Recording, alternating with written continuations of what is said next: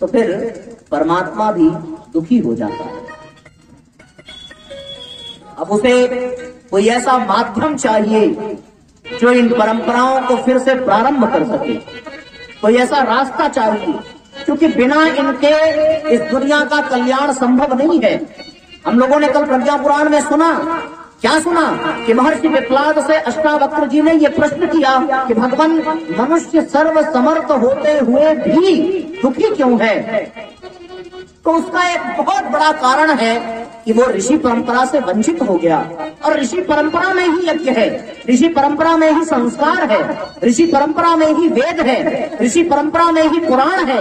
इसी परंपरा में आपको गायत्री मिलेगी, इसी परंपरा में आपको ज्ञान की धारा मिलेगी, इसी परंपरा में आपको योग मिलेगा, इसी परंपरा में आपको समाधि मिलेगी, इसी परंपरा में आपको मोक्ष मिलेगा, इसी परंपरा में उत्थान मिलेगा, इसी परंपरा में उपवास उपासना उपनिषद मिलेगा, इसी परंपरा में आत्म कल्याण मिलेगा, इसी परंपरा में विश्व कल्याण मिलेगा, इसी परंपरा में ये धरती स्वर्ग बन सकती है, और इसी परंपरा में मनुष्य मानव से माधव बन सकता है, केवल और केवल ऋषियों की परंपरा के कारण। यदि ये परंपरा नष्ट हो जाए तो फिर यहाँ कुछ भी अच्छा नहीं है। यहाँ मनुष्य होते हुए भी उसे पशुओं जैसा जीवन व्यतीत करना पड़ेगा, और लोग कर रहे हैं।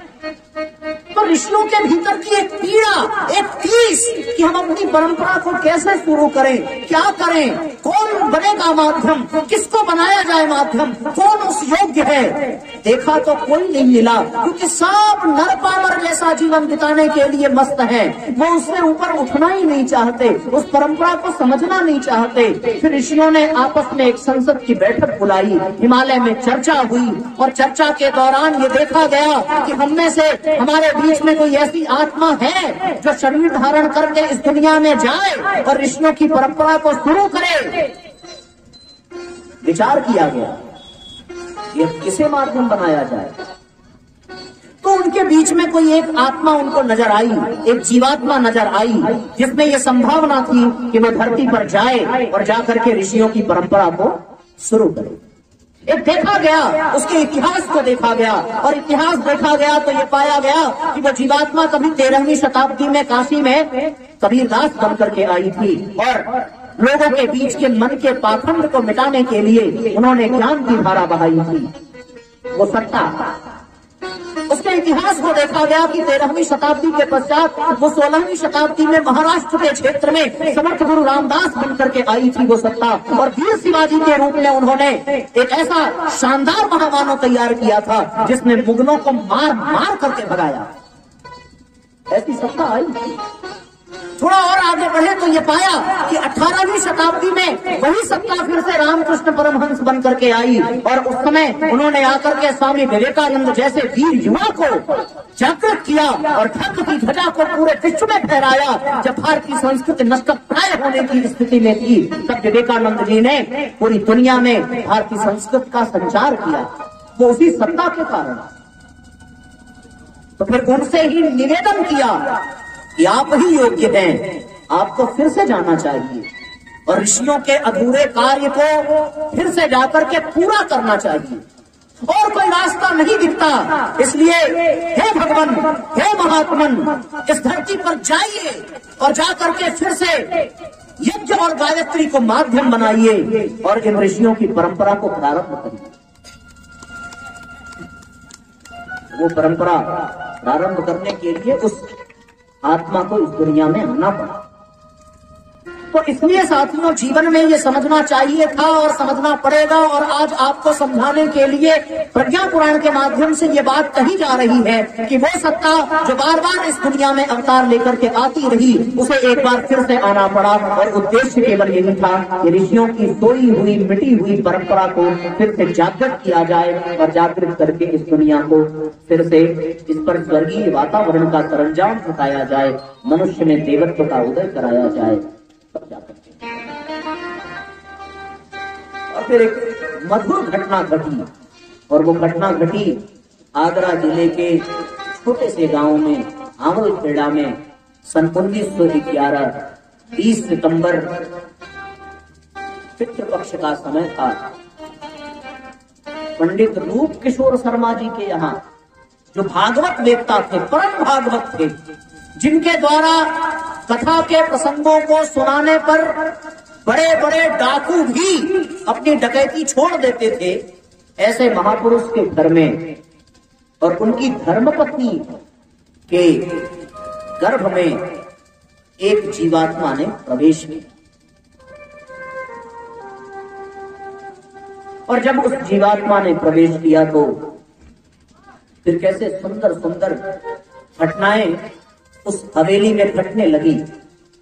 कभी पढ़ा होगा या ना पढ़ा हो तो पढ़ करके देखना, एक पुस्तक है चेतना की शिखर यात्रा भाग 1, उसमें पढ़ो, उसमें दिया गया है कि जब गर्भ धारण किया ताई जी ने तो फिर अपने आप न जाने कैसे अगल बगल के गांवों की गायें वहां पर आती थी, रंभाती थी, और जब तक चारा न खिलाया जाए तब तक वो नहीं जाती। अचानक से घरों में मधुमक्खियों ने छत्ते लगाने शुरू कर दिए। उससे किसी को नुकसान नहीं हुआ, पर उनके द्वारा गुंजायमान वातावरण में वेद मंत्र की ध्वनि सुनाई पड़ने लगी। एक ऐसा दृश्य, कभी कभी किचन में ताई जी जब दूध उबाल रही हो तो अचानक से समाधि लग जाए और समाधि में वो साक्षात माता गायत्री का दर्शन करें और वो ये संदेश प्राप्त करें कि उनके गर्भ में पलने वाला कोई माता गायत्री का सपूत ही आ रहा है। बड़ा सुंदर दृश्य। और इस दृश्य को लोग आ करके देखते थे। जिस गांव में कभी साधु सन्यासी बहुत कम आया करते थे, वहां पर अब हर 2-4 दिन के बाद साधुओं के, सन्यासियों के आने का सिलसिला प्रारंभ हो गया। समय आगे बढ़ा, 9 महीने का समय पूर्ण हुआ और उस हवेली के आंगन में किलकारी गूंजी। एक चेतना का प्राकट्य हुआ जिसका स्वागत करने के लिए हिमालयवासी समस्त ऋषि सत्ताएं वहां पर आई और उनके दिव्य दर्शन के लिए साधु संत सन्यासियों का एक हुजूम सा लगा।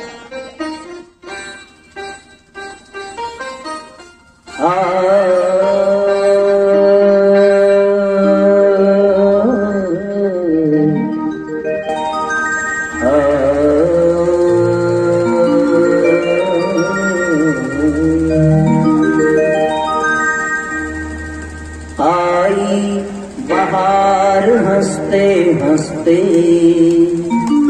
ओ आई बहार हंसते हंसते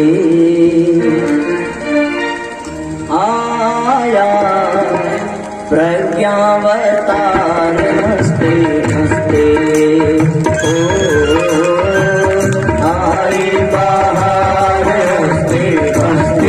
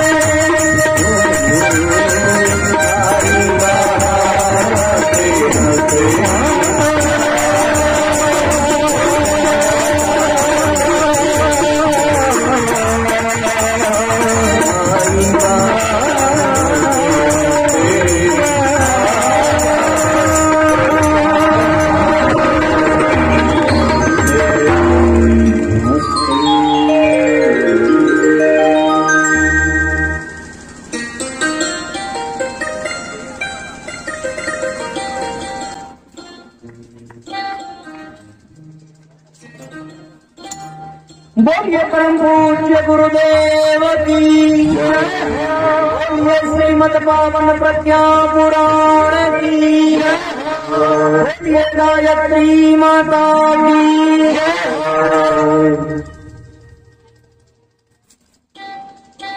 तो फिर एक बालक ने जन्म लिया, कथा सबको पता ही है, संकेत करते हुए आगे बढ़े। 5 वर्ष की उम्र हुई, पहली बार काशी जाना हुआ। दूसरी बार 8 वर्ष की उम्र में अपने पिता के साथ गए, पंडित मदन मोहन मालवीय जी से गुरु मंत्र लिया, गायत्री मंत्र। प्रतिदिन 5 माला गायत्री मंत्र का जप प्रारंभ हुआ। समय बीता, प्रतिभा बढ़ने लगी, पर फिर एक जीवन में बड़ी विचित्र घटना घटी। घटना 1926 की, बसंत पंचमी का समय।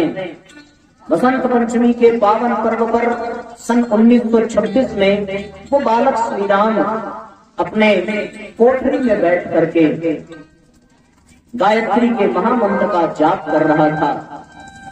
सर में माला फिर रही थी, मुख में गायत्री मंत्र चल रहा था, हृदय में माँ गायत्री और भगवान सविता का ध्यान रोम रोम पुलकित हो रहा था, हृदय द्रवित हो रहा था, आंखें श्रमित हो रही थी, मन निर्मल हो रहा था।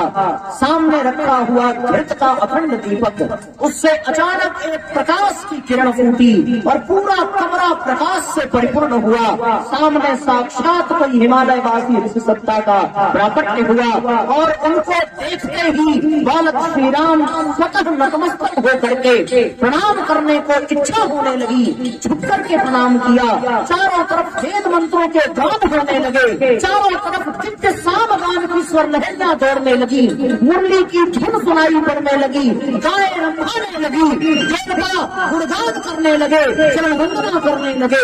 उस दिव्य दृष्टि को, दिव्य दर्शन को करने के लिए वहां पर हिमालयवासी अनेकों ऋषि सत्ताओं ने आगमन किया और फिर पूरा जो पक्ष था साधना का, वो करोड़ों करोड़ों सूर्य के प्रकाश से भी अधिक प्रकाशित हो गया। उस बालक श्री राम के भीतर की चेतना को झकझोरती हुई वो प्रकाश की किरणें उस पूर्ण चक्रों के संस्कार को जगा गई, जिसे जगाने के लिए साक्षात दादा गुरुदेव सर्वेश्वरानंद जी महाराज वहां पर प्रकट हुए और उन्होंने बालक के सिर पर हाथ भर रखा कि बालक को अपने पूर्व जन्मों के संस्कार स्मरण हो आए। ये वही क्षण था जब श्री राम को श्री रामत्व का आभास हुआ और उसी क्षण उनको ये जिम्मेदारी दी गई कि उनके आने का दुनिया में उद्देश्य क्या है, उन्हें करना क्या है और उनके हिस्से का कार्य क्या है। प्रार्थना किया बालक ने कि गुरुदेव अपने आभा को, अपने प्रकाश को कम करिए, मैं आपका दर्शन करना चाहता हूँ। इन दिव्य प्रकाश में मैं आपको देख नहीं पा रहा। भगवान ने शीतलता का प्रवाह किया और गुरुदेव भगवान का साक्षात परम पूज्य गुरुदेव ने बालक श्री राम के रूप में दर्शन किया। बोलिए दादा गुरुदेव की, बोलिए बालक श्री राम की।